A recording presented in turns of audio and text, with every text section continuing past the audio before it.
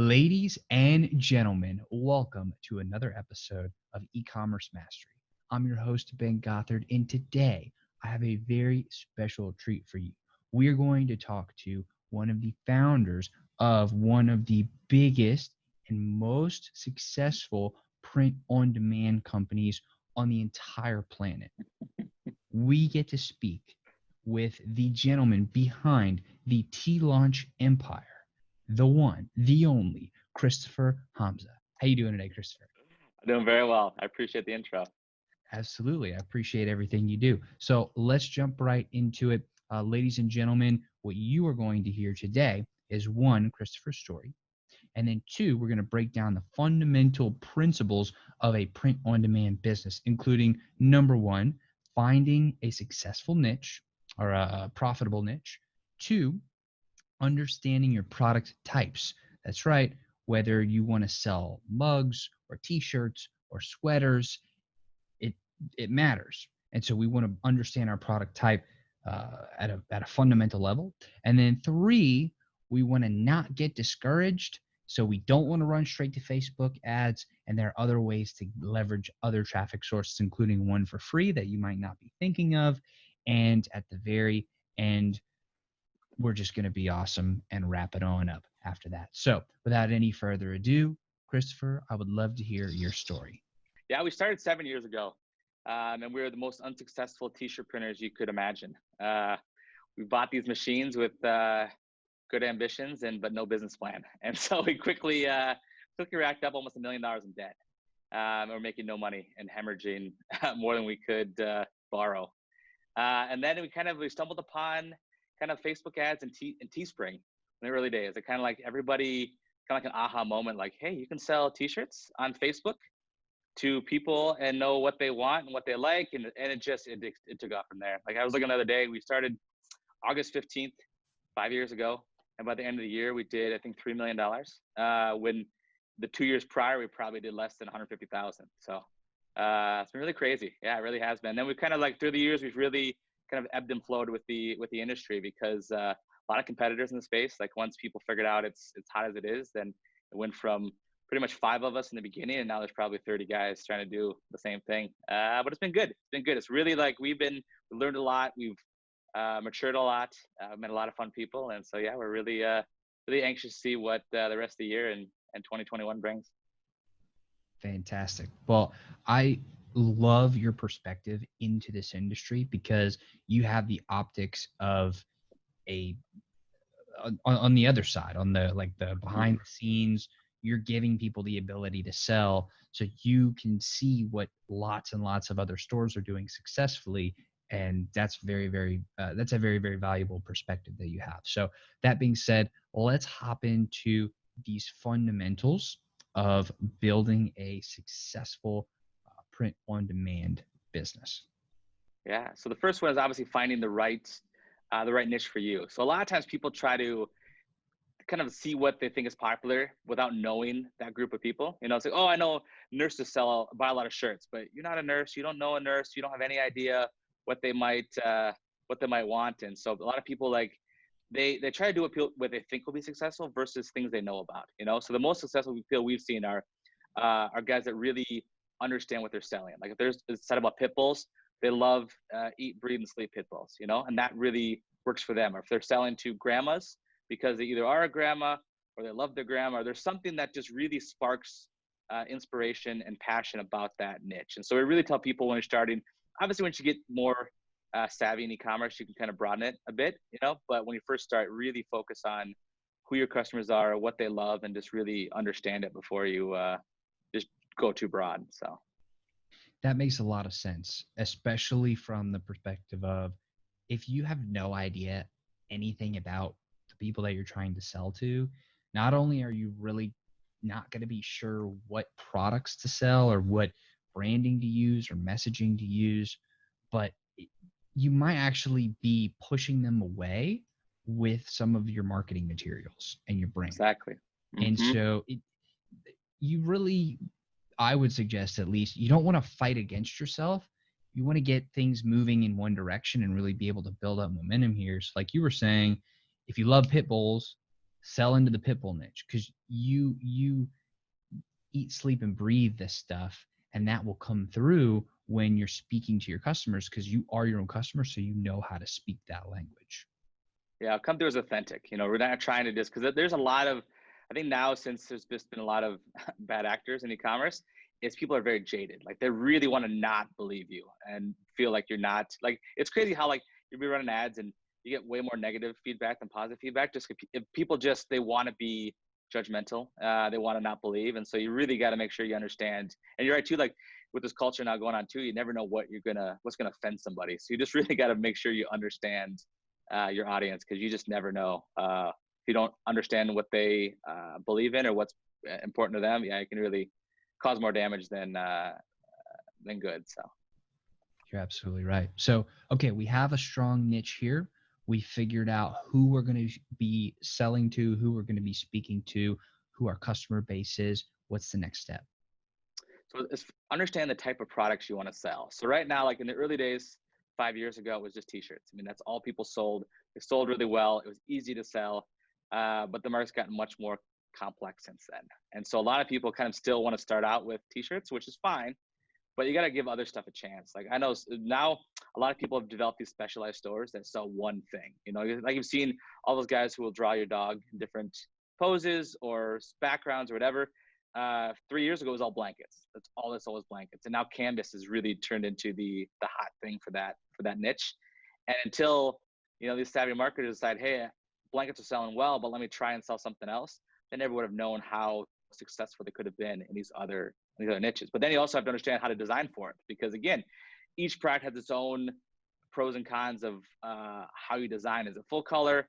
Is it what aspect ratio? Is it square? Is it round? Is it whatever? You just really had to understand it, because what happened is a lot of guys would make t-shirt designs and then assume they would just translate to other mediums, and they just don't. A t-shirt looks good on a t-shirt, but it looks like garbage on a blanket, or a mug, because it isn't designed well. Also on a t-shirt, you go a little bit more simplistic because the colors don't really show up. Photorealism isn't right. I mean, whatever it is, you just got to really understand what your audience is looking for and make sure that the design actually fits well with that product. And also, don't be afraid to test products. Like right now, again, people like, oh, I sell mugs because it works. I'm like, try something else. Like, it doesn't cost you anything. Obviously, if you're on an ad, it costs you money, but just to make a design and try something doesn't cost anything. So I really tell people, start with what sells, but then just try other things, because you never know. Like I said, like again, 5 years ago, it was 100% t-shirts. And then a year after that, it was 80% t-shirts and 20% mugs. And then now it's probably 40% t-shirts and 60% other stuff. So just got to really be open to it. So. Well, that's part of the power of print on demand, is you can test these products, and you can test different designs and different designs, different products, different variations, and rolling out a new product line, the only cost is a few clicks. So a few seconds to click buttons, it's free. So yeah, there's no harm in it. Plus, if something's already working, like let's say you're killing it with mugs, how difficult is it when somebody purchases to just immediately give them an upsell to a different product and try it out there? So then you're giving that customer another opportunity very easily, very conveniently for them to get more stuff from you and to exactly fall more in love with your brand.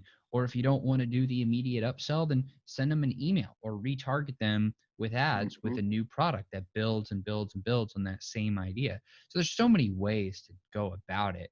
I think one of the core pieces of what you're saying too is get creative and test it and try it. Exactly. Because what people don't realize too is, once you've seen a lot of these stores that have been around for 5 years, is you've sold your niche every t-shirt they're ever going to buy.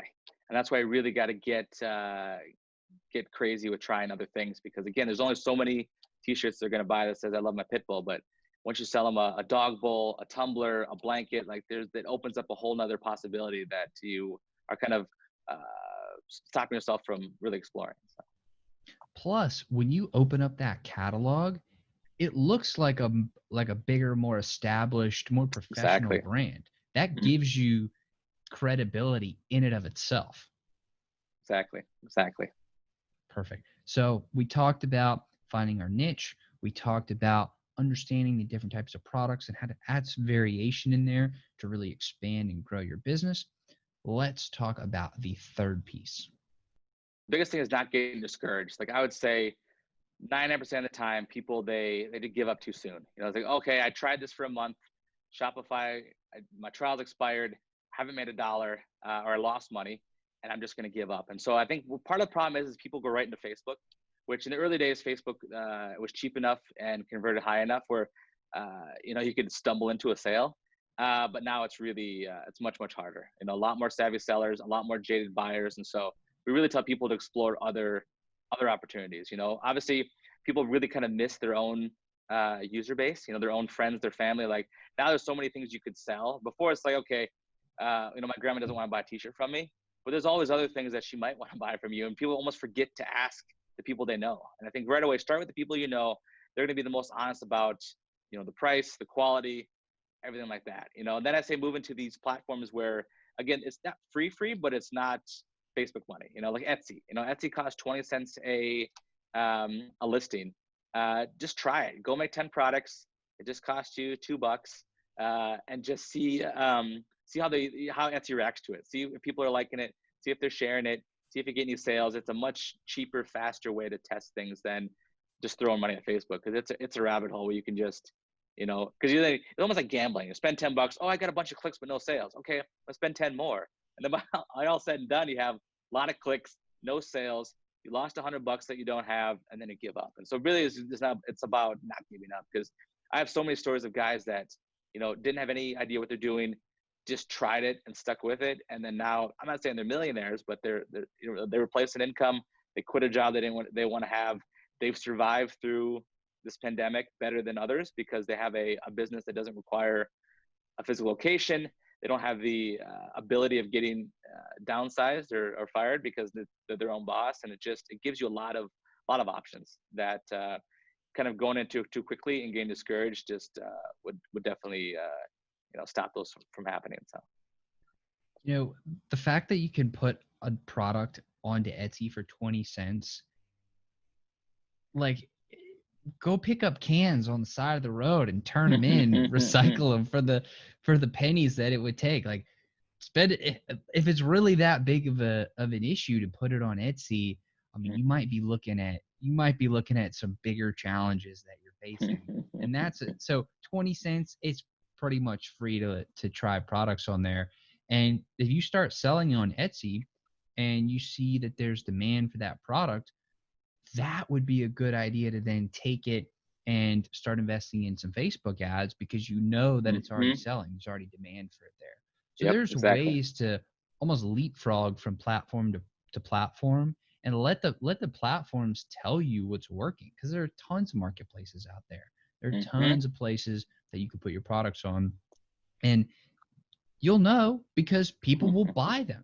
So Yep. it's not like it's a big mystery. When you put it up there and people buy, then, and probably only then, should you then start to run ads to it and start making big moves there. And once you have a bigger business and you have some substantial cash flow and you want to expedite the process, then it might be more appropriate to just start with Facebook ads, dump a couple $100 in a product, test it out, because you have those sorts of resources. But in the beginning, there are so many ways to get it out there. I'm so glad that you brought this part up, because I think it's something that a lot of people overlook the power of.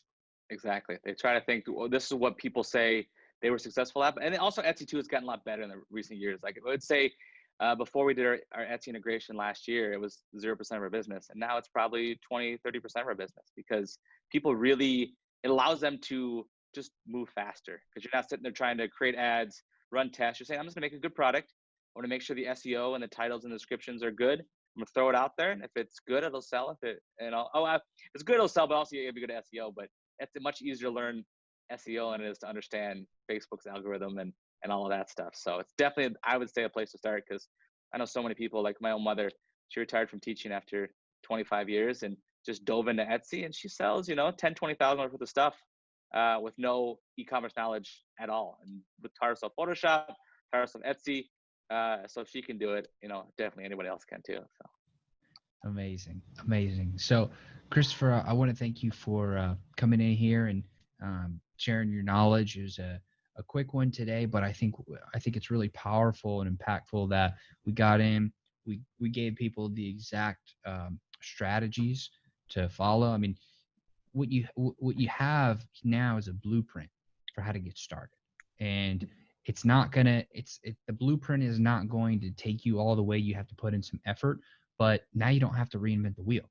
You know exactly what to do. You know exactly how to do it, and it's really it's your opportunity now to be able to take and run with. So, Christopher, I do want to thank you again for your time. Where can people learn a little bit more about you? Go to teelaunch.com. Yep, and you check out all of our different integrations, all of our products, and if you have any questions, you can just hit me up on Facebook or LinkedIn. Fantastic. Well, again, Christopher, thank you so much for your time. I really do appreciate you. And everybody who's watching and listening, thank you very much. I'm a huge fan of you, every single one of you. Thank you for listening to the show, and I will see you on the next episode. Take care now.